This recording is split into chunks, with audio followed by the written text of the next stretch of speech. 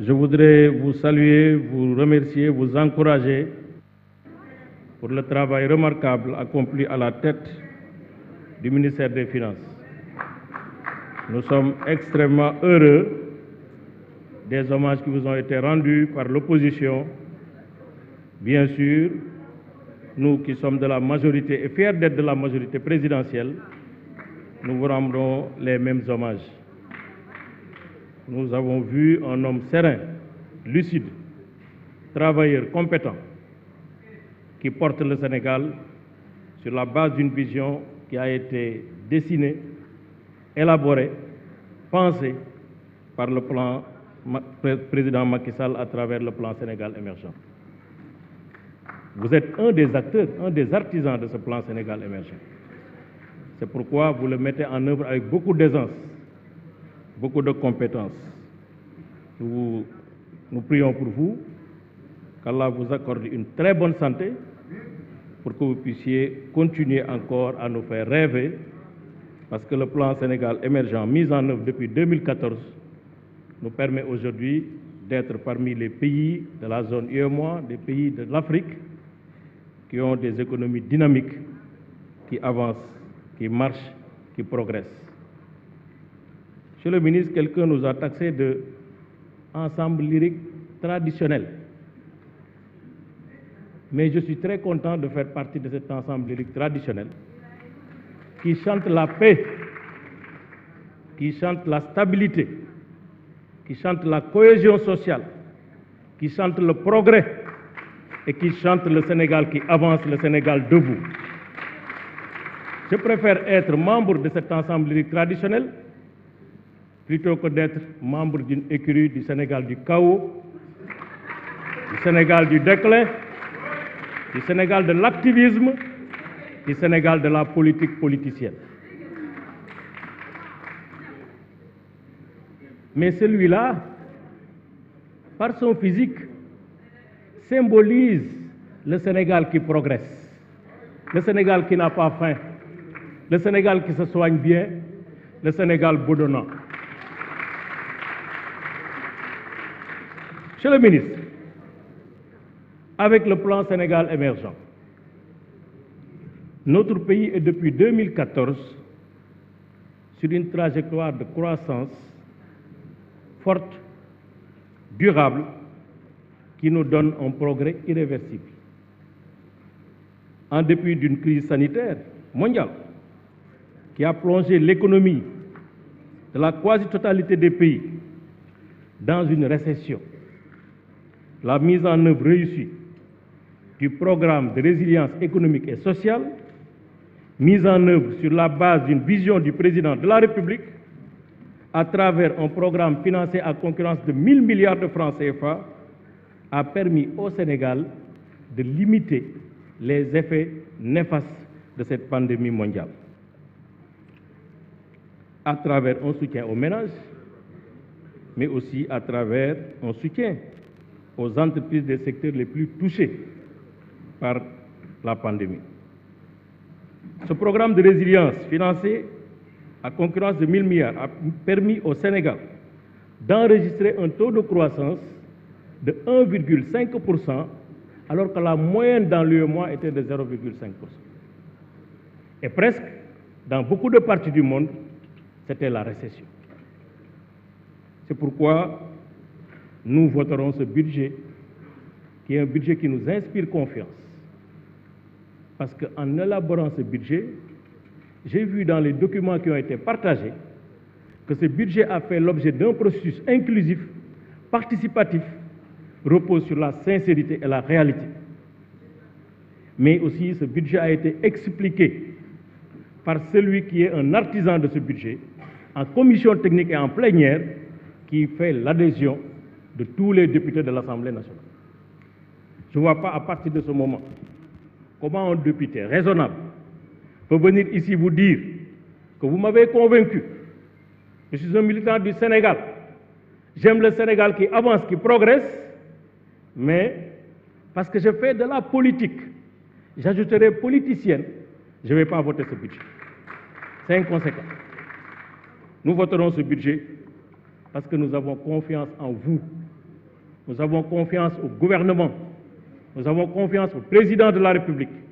qui travaille nuit et jour pour que le Sénégal, en dépit des crises multiples, protéiformes, reste debout, sa sécurité sauvegardée, son économie protégée, ses enfants soignés, éduqués dans des universités, sa population prise en charge. Nous voterons ce budget parce que nous voulons que le Sénégal fonctionne, parce que nous voulons que notre administration fonctionne, parce que nous voulons que les bourses scolaires, les bourses universitaires, le confort des campus sociaux soient préservés et respectés. Nous voterons ce budget parce que nous voulons que des hôpitaux permettent de densifier l'offre de santé, d'accéder, les populations d'accéder aux soins de santé. C'est pourquoi nous voterons ce budget pour plus de postes de santé, plus de centres de santé, plus de pistes, plus d'infrastructures routières, plus d'autoroutes. Ce budget ne sert qu'à ça. moo tax nañ leen waxante dëgg bu dee dañu bëgg Sénégal bi ñu nekkoon 2000 ñu fekke ko ñun bokkoon ci ñi nga xam ne dañu jàppale woon président Abdoulaye Wade ba 2010 ñu bokkoon ci Sénégal gis ni muy doxe ñi ñu mag bokkoon ci Sénégal lu 1960 fekke lépp ku waxal yàlla wax dëgg xam ne de lépp baaxul lépp sottiwul parce que bu doon loolu kon du ñu soxlaati dara waaye nag am na lu bari lu manqué woon loo xam ne nii mu ngi fi ndox manqué woon na ci dëkk bi ñuy ñëw fii defe naa taux d'accès à l'eau potable dépassé wul 40% tey ñu ngi dem 67% d'accès à l'eau potable bi ñuy ñëw fii courant taux d'accès électricité dépassé wul woon 55% boo jëlee ñaari zone yëpp maanaam zone urbaine ak zone rurale tey taux d'accès bi mu ngi dem ci plus de 67%. bi ñuy ñëw fii moulin manqué woon na fi bi ñuy ñëw fii wax dëgg yàlla école yi manqué woon na lycée manqué woon na université tey ñu ngi ci la barke démb le président de la République Macky Sall inauguré université Amadou Mahtar Mbow. hôpitaux ngeen def si ñeent bay defaraat hôpital La Dantec dama ne bu ñu waxante dëgg te yàlla tax ñu am mission ñëw fii di wax di représenter le Sénégal et la population du Sénégal dama jàpp ne bu dee loolu rek moo ñu tax di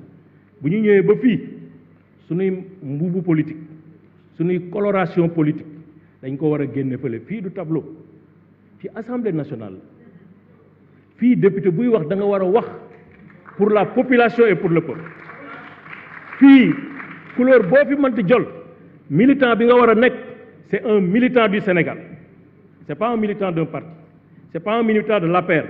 c'est pas un militant de PASTEF c'est pas un militant du PDS c'est les militants du Sénégal qui sont aussi qui respirent fonctionnent pensent décident dans l'intérêt général loolu moo war a tax député di toog fii waaye député bu jëlee mbubam dugalaale ko fii ak ay instructions léeg-léeg sax écrite pour boo ñëwee di wax sax da nga koy lire dama ne nekkatoo député population bi nekkatoo député Sénégal waaye sa député bopp nga ak ka nga xam ne moo la def ci liste andi la fii man de maa ngi fii di taxaw di wax te foofu laay mujjee dama ne ñun wax dëgg amal nañu njukkal président Macky Sall parce que ñun ñii ku fi nekk moo la xalaat dugal la ci liste bi andi la fii waaye amal nañu njukkal Sénégal moo tax ma koy wax ci suma kanamu ndaw la yii ba ñuy commencé fii le 12 septembre dama ne lépp lu fi président Macky Sall indi di ko jaaral ci gouvernement am te dëppoowul ak li nga xam ne mooy intérêt Sénégal ak njariñu Sénégal ak askan bi ñun député majorité duñ ko voté ci loolu la ñu nekk ak ñii ba léegi moo tax sa député bi sa budget bi dañu ko gis mu dëppoo ak njariñu Sénégal ñu gis ne njariñu Sénégal mu ngi ci taux de croissance bi nga ci wax mooy 10% maanaam budget bi bu ñu ko exécuté ba pare bu Sénégal amoon téeméer dina am fukk yu yokku ci téeméeru Sénégal muy njariñu askan bi dañu koy voté moo tax ñu ngi lay sant ñu ngi lay gërëm ñu ngi lay ñaanal yàlla xam naa ne ko dul xaar budget bu ñuy voté di laajte loi de règlement man da nga may bëgg a jaaxal ndax balaa nga naan naam da nga fay ne kon sa budget nañ ko voté ñu ngi lay sant di leen gërëm ak ñi nga àndal yëpp wasalaam jërë ngeen jëf.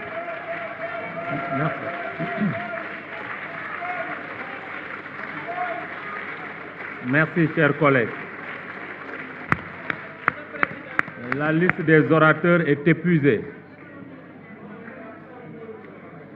Je propose une suspension de séance et de reprendre nos travaux à 19h30. Merci. C'est en parfaite intelligence avec le gouvernement. Merci. La séance est suspendue.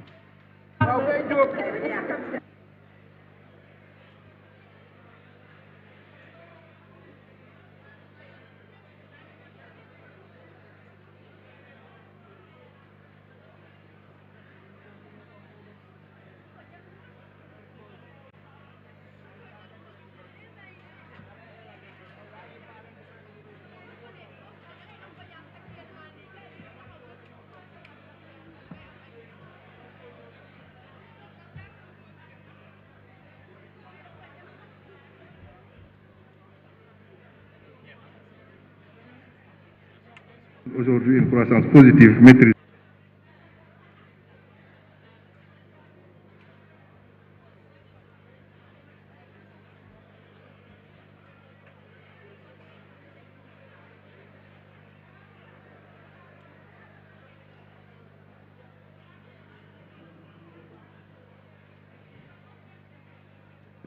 Avec une stabilité sociale. Revenant sur les projections du PAP 2A dans le département de Rufisque, ses composantes éducation avec l'université Amadou Mahtar Mbow, santé, relèvement des investissements Youssou Mbargane, aménagement, promouvoir avec ses 22 milliards d'investissements, le hub sportif, administratif, les sphères ministérielles, nous pouvons dire que nous avons le devoir moral, nous, en tant que fils de Rufisque, de voter votre budget, Monsieur le ministre. Monsieur le ministre, tout cela a été rendu possible. C'est grâce à votre ingéniosité à accompagner et mettre en œuvre la vision du président. C'est pour toutes ces raisons que je vous rappelle certains engagements, comme la modernisation de la grande mosquée de Rufisque, qui est vraiment un besoin. L'autopont de Djoutibi, qui a été ici débattu avec le ministre des Infrastructures. Et un plan spécial pour l'assainissement, comme vous le savez, après Kermassar, qui a pratiquement résolu ces problèmes. Le problème de l'assainissement et des inondations se déplace vraiment dans le département de Rufisque. J'aimerais aussi savoir, Monsieur le ministre, à quand le projet Sama Keitou Keur qui sera opérationnel à Rufisque. J'aimerais bien savoir aussi ce programme qui nous tient à cœur. Voilà un peu, Monsieur le ministre, ce que je voudrais vous dire, en vous renouvelant toutes mes félicitations et l'ensemble de votre équipe qui travaille uniquement pour l'intérêt du Sénégal. Je vous remercie. Merci, chers collègues. La parole est à notre collègue Koura Ndiaye. Aliou Demba Sow se prépare.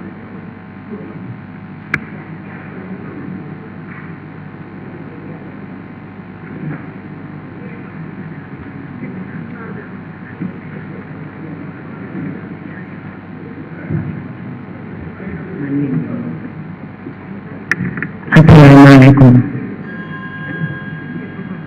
mbokki jullit yi maa ngi leen di nuyu ak sama mbokku chrétien yi nekk ci salle bi yëpp maa ngi leen di nuyu. Monsieur le ministre Moustapha Ba maa ngi lay nuyu di nuyu sa mbokk yi nga toogal ñu ànd ak yow. toujours bu ma taxawee fii damay wax ma ni dama jàng ci yéen ak président Mame Diop léeg-léeg ma bëgg a def sama yëfu saay-saay yooyu xam nga day def effet su ma leen xoolee damay rus ndax yaru gi ngeen ñu won ak xombol Moustapha Ba fii ñi fi toog ñëpp dégg nañ daali waaye li ñu la yekk tey ma ni président Macky Sall du fal kangaado du fal ko amut xel du fal ko amul yërmande ndax moom moo njëkk yërëm askan wi su may wax ci président Macky Sall dañ naan ma danga far ma ni faruma ak moom dama ànd ak président Macky Sall ci ni mu yoree réew mi man naw ko lool di toog ak moom xam xool bi yërmande gi ne ci moom ku def Amérique 27 ans mën ngaa nax kooku mën nga ko nax Moustapha Ba budde solution lañ la jox Macky Sall moo ay barki Rasulullah yow mii ma gis barki alxuraanu kër ma ba jaxu baay sa maam réew mi dañ ci am yoon sa maamay ma ba jaxu ba doon ànd ak Fodé Kaba ak ñu saa si ko sama maam man fii ci Saalum gi xam nga ni jàmbaar rek ngay doon ak baax loolu rek ngay mën a def ma ni solution bii ngir yàlla monsieur le ministre na ci askan wi yépp gis seen bopp parce que dañu nekk ci xare boo xam ni réew mi dañu war a gisaat seen bopp dara du doy def ngeen lu ne fi ngeen tombeel la waaye góorgóorlu rek ndax kala jiite moo am yërmande moo tax doo ko mën a